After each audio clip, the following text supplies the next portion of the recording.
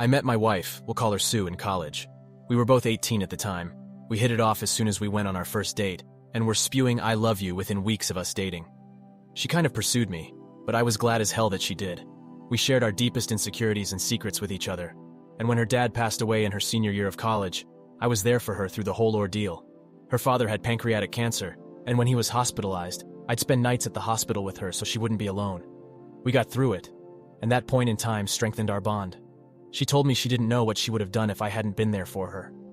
She called me her soulmate.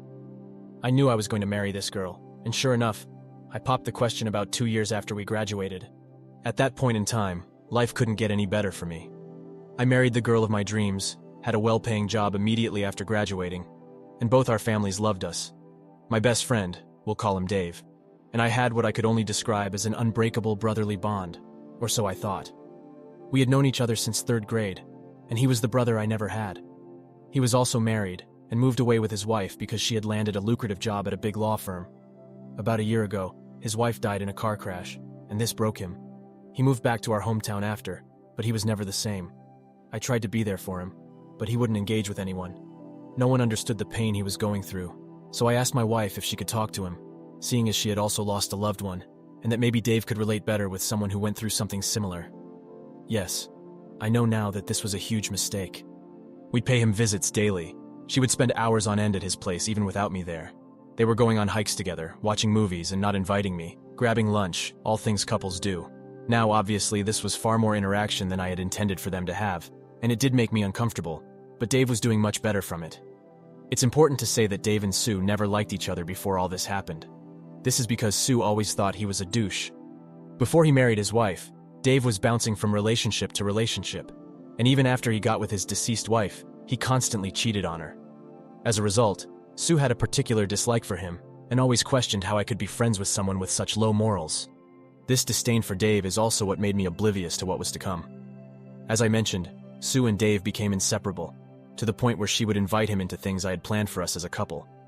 Moreover, she started portraying characteristics of what I now know to be classic cheater behavior, always on her phone, becoming increasingly distant, little to no intimacy, and coming home very late.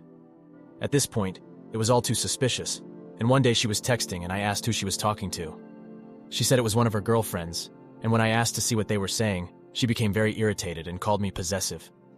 When I talked to Dave about how uncomfortable their friendship was making me, he assured me nothing was up and even accused me of not trusting him and my own wife. I was getting gaslit. This continued until one day Sue went out again. She said she was going to her sister's for the weekend because she needed some space from me because I was driving her crazy with my accusations. I was still very suspicious and called her sister to confirm if she was indeed expecting Sue to visit. She confirmed that she was, but that Sue had not yet arrived. Mind you, she had left around 3 p.m., and her sister's place is about 4 hours away from where we live. It was now 10 p.m. Something in the back of my head told me to go to my friend's house, so I did. Sure enough, my wife's car is parked a couple of feet away from my friend's house. At this point, it was clear as day as to what was going on, and I hate to admit it, but I cried hard. After a few minutes, I decided to go in and see if this is really what was happening. I went in through the back door, which I knew would be open. I quietly made my way in, and I could hear my wife moaning. I was shaking. When I made it to the door of his bedroom, I could see through the creak. My wife bent over on his nightstand. I'll never get that image out of my head. I'm literally crying as I'm writing this down. I pushed the door wide open and they both froze, staring at me. It took every ounce of my being not to beat the living hell out of Dave. I just walked away and got into my car. I could hear them scrambling and my wife started screaming at me to stop and that she can explain. I didn't want to look at her. I don't know what I would have done, so I just drove away. I cried the entire drive home and they were both spamming me with calls. I went to one of my college friends and have been there the past week or so. I can't eat, I can't sleep, and I can think of anything else. I informed my work of what was going on, and they were kind enough to give me time off. I've been getting phone calls from both Dave and Sue, as well as both our families. I let my family know I was all right and would be back soon, but I haven't responded to anyone else ever since. These hurt so bad. I want to die. I want to be gone from this world, but I'm too much of a coward to do it myself. I'm trying to be strong, but my resolve is wavering. How can someone you loved so selflessly do this? I don't know what to do. How do I deal with this? Please help me. Now for the top comments. Please move on. There is someone that will love you for the rest of your life. Don't look back, look forward. What's done is done and cannot be fixed. Neither of them is worth your time. It hurts so much to be betrayed by both people that meant so much to you. They are both weak people that attracted each other by their pain. Take care. Wishing you all the best. Now for the update. When I looked back on the marriage, most of it was filled with little else but happy memories, which is why I was trying so hard to find a reason to stay. However, when I started thinking about her cheating, how she and Dave gaslit me and made me question my sanity, the only thing I felt was rage. The deeper I looked, the angrier I got. I will never forget how angry Sue would get when I questioned her on where she'd been when she came home late, or the disgusted look Dave gave me when I asked him man to man if there was anything going on between him and my wife. The cheating was bad enough, and even worse was that it was with my best friend. But the gaslighting? I will never get over it. Fair enough, I was played like the fool I was, but it takes a special kind of person to lie so effortlessly, and so well. I don't know how they were able to flip the switch like that. I remember one night when she came home late, about 2 days before I found out. She was telling me how much she loved me, and how horny she was when she was driving home thinking about me. Now I'm almost certain she had come home from Dave's because she wasn't wearing any panties. She had sex with both of us back to back. I freaking kissed her. This whole situation made me feel like a wimp. How could I have let them walk all over me like that? I feel so emasculated. The more I reflected, the more I got the urge to head over to Dave's, but I couldn't. There is no justice for me, not with our justice system. They get to torment me, assault me mentally, but if I retaliate, I'm the one who gets put in jail for who knows how long. I spoke with my lawyer about this and she urged me not to do anything stupid. Not only would I go to jail, but I would jeopardize my chances in the divorce proceedings. She suggested I see a therapist, but I don't want to. I don't see the need. I was still getting spammed with emails from Sue and they were just making me angrier. She was still spewing the same nonsense as before and how miserable her life would be without me. She even had the nerve to send me Bible verses on forgiveness. If I mattered that much, why do it? I started going to work again because I wanted to be busy. Being distracted has really helped me cope better, and I don't drink as much as I was at the beginning. One day while at work, I received a letter from Sue. I wanted to just throw it away, but decided to read it. In it, she talked about her individual counseling and how it helped her discover some underlying issues she was having with herself, the biggest of all being her low self-esteem. She explained that the discrepancy in our attractiveness made her very self-aware, and that deep down she wanted to feel desired by someone other than me. According to her, her sister has always been much prettier than her, and this contributed to her low self-esteem. She said that even though she knew I was attracted to her, and that I made her feel beautiful, she sorts that validation from someone else. She apologized again, and said it wasn't an excuse, but that she was simply looking for a way to make sure it never happens again, if should I decide to give her another chance. She then proceeded to ask if we could try marriage counseling to work things out. I still didn't respond to anything she or her family sent me at this point, so I just ignored it. Anyway, I started the divorce proceedings, and the first order of business was splitting our finances, and unfortunately, I couldn't untangle myself from her without her consent. We each have separate accounts as well as a joint savings account, and unfortunately, I can't take what I'm entitled to from it without her, even though I make significantly more than she does and have contributed the most to the money in that account. I'll probably have to split it with her 50-50. So, I just proceeded with filing the divorce papers. She was served a few weeks ago, and then the shit show started.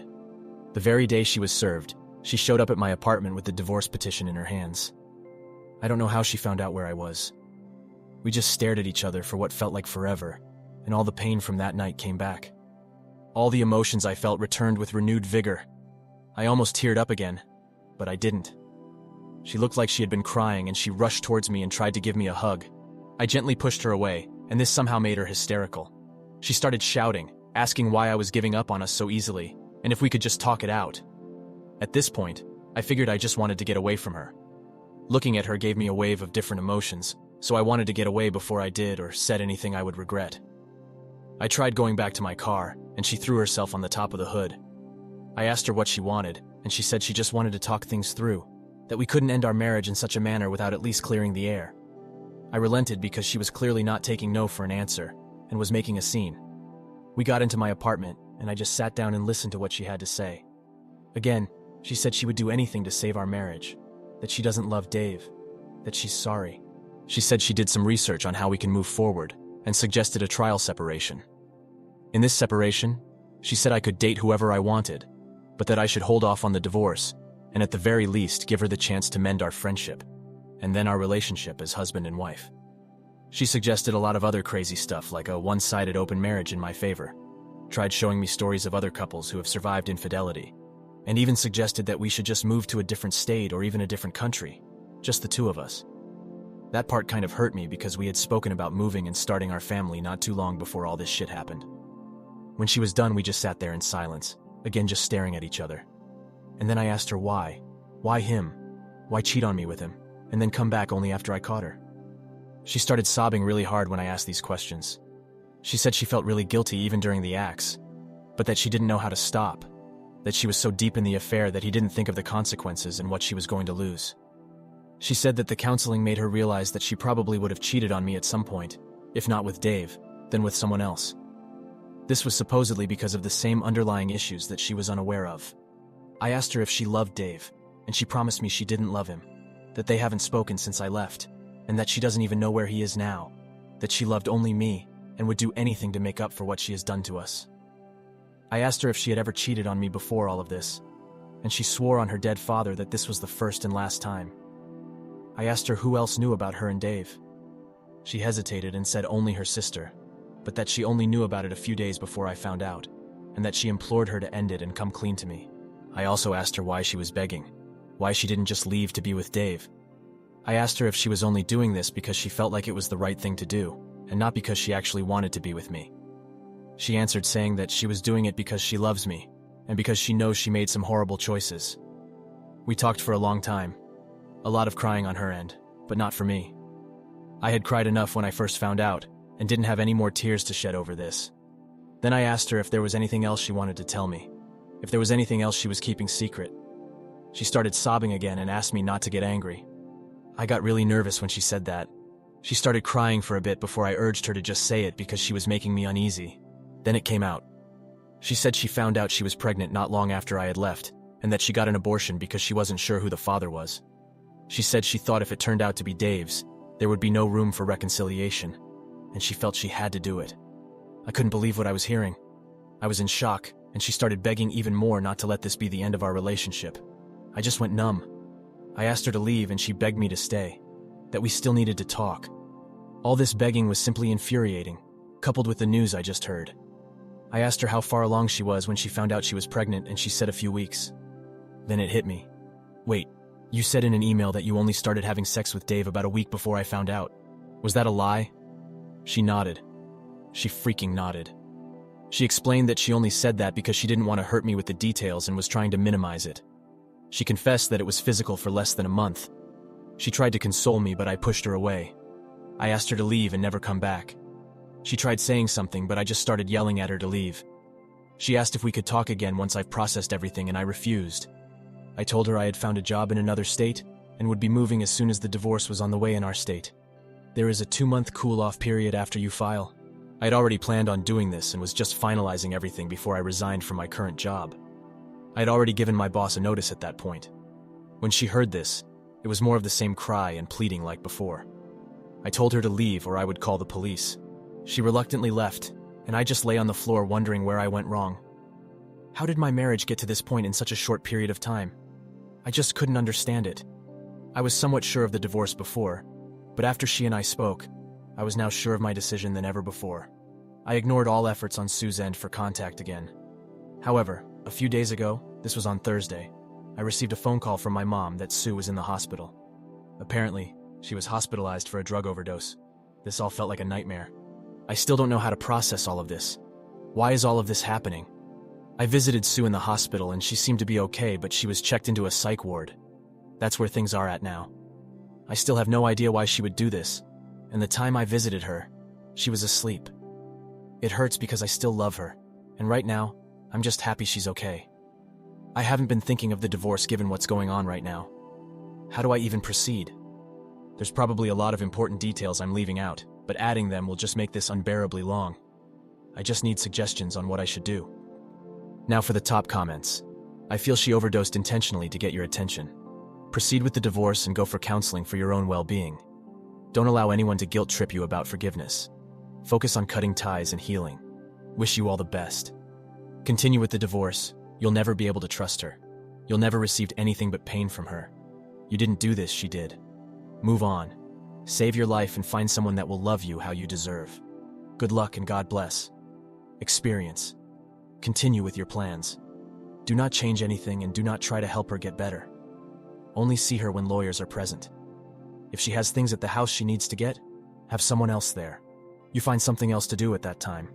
I promise you she will try to guilt you into taking her back. Her actions are not your responsibility. You did not cause her to do anything. She made a bad decision, affair, and she thinks making more poor decisions will bring you back to rescue her. Don't let it. Continue with the divorce, start your new job, and go no contact with her. You will never be able to trust her again. What happens the next time she feels insecure? Will she cheat again to make herself feel better? She has mental issues she needs to work on. Don't let anyone guilt you into staying. You're on the right path by divorcing her. What she and your best mate did was totally unforgivable. They both lied directly to your face, and she deliberately made you her cuckold. No amount of marriage guidance can see you through this nightmare. Trying to offer her own low self-esteem as the cause of the infidelity is laughable. Also, now having the knowledge that she could have murdered your unborn child is another no thanks to any reconciliation, although the odds are it was your mate's. Stay strong. Thank you all for taking the time to listen to today's story. Please like, share, and subscribe if you haven't already. Stay tuned, and I'll see you in the next one. Peace.